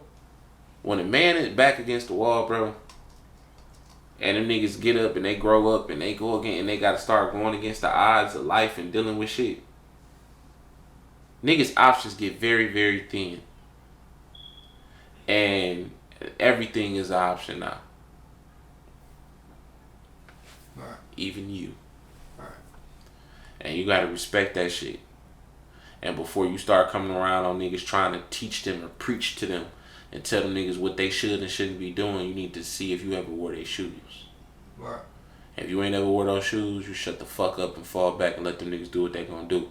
Because if not, they gonna fuck you up. Right. But if they respect you and they know your background, they might listen to you, chill a little bit, and hopefully that save them. But if not, nah, bruh. So I take accountability, man. I put it on the older generation connected to the younger generation. And then the older generation don't necessarily take into account what these young fellas going through all the time. Like, I'm 28. I'm just still removed from understanding what a young nigga was going through out here outside in this world today. This ain't the 80s. This ain't the 90s. This ain't the fucking early 2000s. You know what I'm saying? It's a different day. So I just connect with my young niggas a little bit more. And I find that the results is amazing. But these niggas still gonna do dumb shit. These niggas still gonna fuck up. And I can't save everybody. And that's where you gotta let God be God and let life do its course. Right. You know what I'm saying? And just let that shit be. And the ones you save, you just keep close to you. Right. So, oh yeah, and then social media. So niggas need to stop going on the internet. Hey, niggas need to go on the internet handling gang activity and shit that's going on within the mob or within your gang. Right? You Blood, Crip, GD, Vice Lord, Freemason, fucking I don't know, Christianity, whatever, fucking Catholic. I don't give a fuck what you believe in, dog. The internet, it's not a place for you to handle your for you to get your gripes off and attack people. If you got a problem with something, if you got an issue, you find the source out and you hit that person up directly and y'all come up with a conclusion on how y'all gonna handle it. And whatever the result is, later on can play out in social media. So when everybody find out that nigga end up dead, we can go crazy then. Or when everybody find out that y'all squashed the beef, people can praise y'all. Right. But in the midst of it, the comment section, the niggas making fake pages, trolling niggas that's dead. Like, I don't give a fuck who killed your brother. I don't give a fuck who killed your mama. I don't give a fuck who it is. It'll never, ever, ever, ever be cool to mock a dead person, create a cut board out of a dead motherfucker, rap about it, smoking on them. All that shit is evil and retarded. And this coming from a nigga that, I promise you, bro, niggas know about this one. I don't gotta say much. Niggas know how I feel. That's how it should go. I don't gotta say nothing about that. Niggas know they have. Niggas know what's up with me. You feel me? And I may mention it like, I had put in an Evolve. I said, yeah, my brother died. I ain't even healed yet. If I don't kill for shit, I'ma kill for my respect. I'ma kill cause you hurt us first. Look at my past and then ask, bitch, you had it worse. Like, yeah, I'll say some shit like that in the song, cause that's real life though. That's real shit. Right. And if something happened to them boys and I end up in prison, I knew what I did. You know what I'm saying? Even if I didn't do it. If I get brought in for questioning, if I'm a suspect, can't be mad, nigga. That's the game, nigga. But I signed up for this shit and I put it out there. Right. You feel me? So I'm not just talking to be talking. But if y'all niggas can't figure out how to figure that shit out amongst each other, I promise you the internet ain't the place. The internet got the feds on it. The internet got the police on it. The police can make fake pages too. The feds can make fake pages too. Your baby mama can lurk you. That one bitch can stalk you. That one nigga can stalk you. Stop putting all y'all fucking business on the internet. And I promise you y'all will be so much better. So many more niggas will be free. Gotcha, man. That's some real shit. Do you feel that street codes exist anymore? They do, depending on who you rocking out with. The younger, no. The younger it get, no. Cause I mean, they young. They ain't being taught shit. You feel me? And all the old niggas don't want to deal with the young niggas. They on some, man, I ain't trying to fuck with them niggas shit. That's why the young niggas don't respect them old niggas. Because niggas don't be wanting to deal with them. They treat them like pesky kids. You feel me? And the young niggas feel like they gotta prove themselves as men, so they go out there and start doing radical shit to stump on niggas and step on niggas and assert their position. It's all compensation. Overcompensation. It's toxic masculinity at its fucking finest. Shit like that. Mm-hmm. Nah, I ain't scared to pull up on my little bros and go kick it and chop it up with them. And pick their brain. You feel me? Them niggas need something. If I got a couple dollars, I'll send it to them. Cause I know what's up. Yes. Simple as that. If you ain't thorough like that, bro, stay away from niggas. Cause them niggas need more than just a motherfucking gang member, bro. They really need a point of reference. They really need a support system. Oh, that's real good. You feel me? Don't half-ass come around niggas and then try to play like you they savior, you they big homie, and you can't do shit for them. Let them niggas go find that shit somewhere else. You feel me? And I mean that. I mean that, bro. So the code bro, niggas break the code old or young, bro. Niggas need to know, bro, if you a real life nigga that you can help niggas, then you do that. That's the code. If you nigga that not in the space, you need to let niggas know that you not in the space so they can give you the grace to let you do your thing. That's the code. If you a nigga that know will come with it and you out here disrespecting niggas and you end up popped or fucked up, you better not go rap. You better not go do no hoe shit and not take accountability for the disrespect you've been displaying out here. That's the code. You do a crime with some niggas and y'all do that shit and you get caught, you got caught because you was a part of the crime. That's your accountability. You don't take them other niggas with you. And if they telling you doing all that shit and you gotta woo because of this, that's on you. Gotta fight that shit in court. Cause you in this situation. Alright. So all that shit, the code is the code. The code gonna forever be the code. And in the end, what happens? These niggas be breaking codes and then in the end want the code to apply. They want the law to apply but break all the codes in the meantime. But then in the end, what do niggas be wanting in the end? Everybody want to go by abide by law. When your mama end up shot up and shit, what a nigga gonna say? Oh man, this bitch ass nigga shot my house up. Who the fuck shoots who the fuck? Oh, niggas sliding on niggas with my arms now? Right. But no, hold on, nigga. You can't do that. Cause last week you just did some way out of line bullshit. The rules is gone now, nigga. Y'all niggas is level playing field. Nigga. Y'all niggas is doing whatever now. Y'all niggas is doing whatever. The shit I be hearing about, the shit I know about, the shit that be going on, be like, bro, niggas is doing whatever now. This shit can't.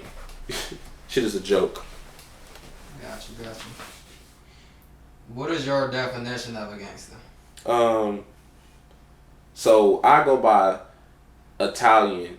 My pops taught me about Michael Corleone and the Dons. You know what I'm saying? Shit like that, right?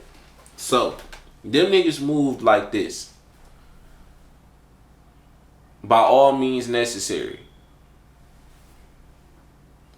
You take care of your family by all means necessary. You be an upstanding man by all means necessary. And demand your respect by all means necessary. And you take care of the ladies in your life and you protect them. Simple as that. Mm-hmm. You an upstanding nigga with integrity. You respect it. And don't nobody fuck with you. But at the same time, you willing to lend grace and show a level of motherfucking example of how to be a good person and human. But it should always, niggas need to learn some balance and learn to switch. You go home to your wife and your kids, you better not be that nigga you is outside. They should never see that. Never. In their eyes, you should be an angel. You know what I'm saying? You go into business places, you should be an upstanding, professional man that means business. When you in the street, you in the street, and you move accordingly to the things in front of you. Move accordingly. Mm-hmm. If you don't do that, you become a problem. You become a liability, cause you don't know how to read the room. You don't know how to take the cues to slow the fuck down or shut the fuck up. Maybe we shouldn't say this. Maybe we shouldn't say that. It's the little things. Real gangsters know to have. And they're not going against the grain of what is already set. Nigga, it's not my motherfucking job to change the rules. You feel me? It's not my job to change nothing.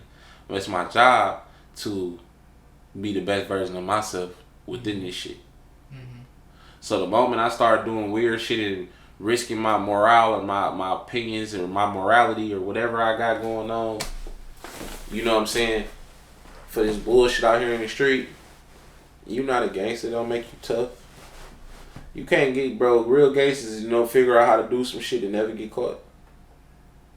You know what I'm saying? Like, And I'm not saying niggas need to be out here doing shit and not getting caught. What I'm saying is, bro, you need to be on your P's and Q's, and you need to understand you got shit to lose. And if you don't, you're not really doing this shit. You just crashing out. That's why I said earlier, crash out artists. Right. Niggas ain't think about shit, bro. Niggas be having whole ass kids, baby mamas, and everything that need them, and go out there and shoot a nigga in broad daylight at the gas station because he said something over a rap song. Right. What was gangster about that? Now you in jail for life. 24, 25 years old. Never ever gonna feel no pussy again. Never gonna see what it feel like to feel $1. You know you don't touch $1 in prison? Like a physical dollar. Right. They don't give you money.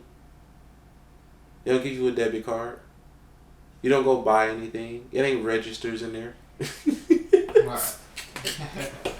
You know what I'm saying? Like, nah, nigga. It's over. So, man, the code. Niggas better abide by it. Niggas better learn it. Got you. There was one habit you can get rid of. What would it be? Shit, one habit. Shit. Could get rid of. I don't really got no bad habits. Okay. My attitude. You feel me? I'm a one bad habit. I think when I get angry, I naturally turn my tone change. Like, you feel me? My voice naturally get louder. You feel me? I'm trying to work on that because I would love to be able to talk to people like in conflict and high volume moments without them feeling like intimidated or something. I think that's it. Outside of that, man, I'm pretty. Like, I ain't got no like weird habits. I stopped biting my nails. Shit. Yeah, that's it. Got you. Yeah. What's one thing you would tell your younger self if you had the chance? Slow your ass down. Pay attention. Pay attention. No, pay attention. Yeah, pay attention, dog. You not paying attention, bro. You just doing shit. And even though it may feel good, nigga, you ain't paying attention. Yeah, pay attention. Got you. So what's next for you, J Bills? Fatherhood. I got a daughter on the way. Congratulations, by the way. Yeah, thank you, man. Fatherhood. More music.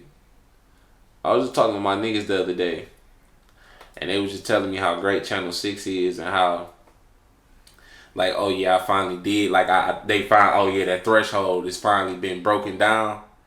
Now it's time to smack him in the face. And I said, well, damn, nigga, I ain't smack him in the face. Like, they like, man, no, this one, they like, bro, this one was different. Like, this one was you different. They like, now it's time for you to turn up. Full trap, go crazy, go super hard. I said, damn.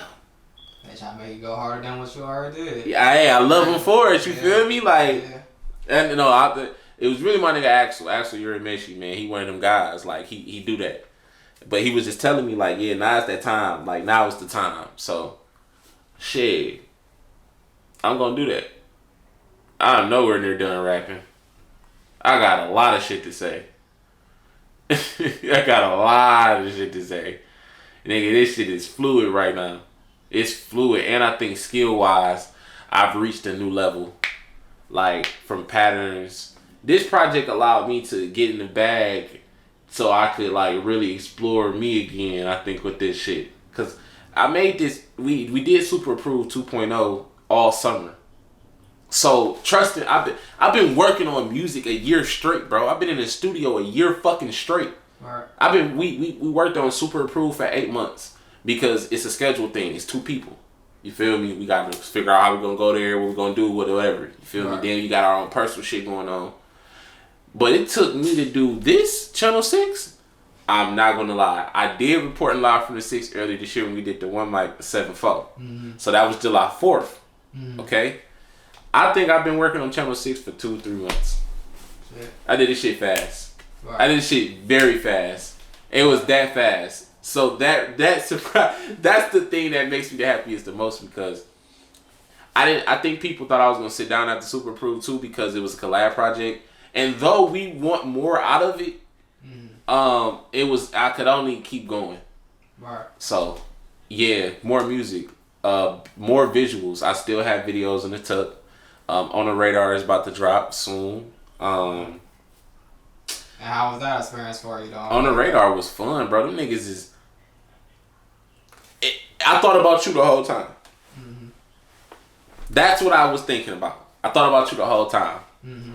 I said, this is the direction this is going. Keep this shit up. Appreciate you, man. You feel me? Because what they got a system. It's fluid. Nigga, get in and get out. Nigga, from recording it, where nigga, I punched in live. Right, saying that, yeah. You see what I'm saying? Mm-hmm. I punched in live. So the fans won't see that. You feel me? Right. But that process of being able to do that and niggas ain't having to keep redoing their raps over and over again, because when you trying to do something a cappella and you trying to rap your shit, bro, that shit get hard a little bit because your brain be overdoing it. Your brain be moving faster than your mouth. Mm-hmm. You trying to make sure you remember your shit before you say it. Mm-hmm. You feel me? So if you fuck up on one part, it's most likely you gonna fuck up on the next part. So a lot of these live performance platforms don't have that because they trying to be like, and I ain't no shade, but like in the field don't necessarily have that, or from the block, because it's live. It's literally outside. Right. On the Radar so classic because it's inside the studio, so they get to do more. They get to edit you better. They get to do so much more, and to be able to meet them. I tapped in with a couple of those guys after, and they took a liking to my shit. So I can't wait till I did No Mercy for it. So I can't wait. Like, I can't wait till that bitch drop. At that point, I ain't gonna lie. I think that's gonna take me to another height, another level, as far as notoriety. I feel like skill wise, nigga, what I'm rapping it, nigga. That's what I do. You feel me? I rap, nigga. I can rap my ass off. But I think everybody else gonna be like, oh yeah, Bill can rap his ass off. Alright, man. J Bills 100, man. It was good having you. Thank you. Good sitting down with you, man. We in the crib with it, though. That's the crazy part, man. Yes, sir. Until next time, J Bills 100. Don't forget the 100, man. Yeah.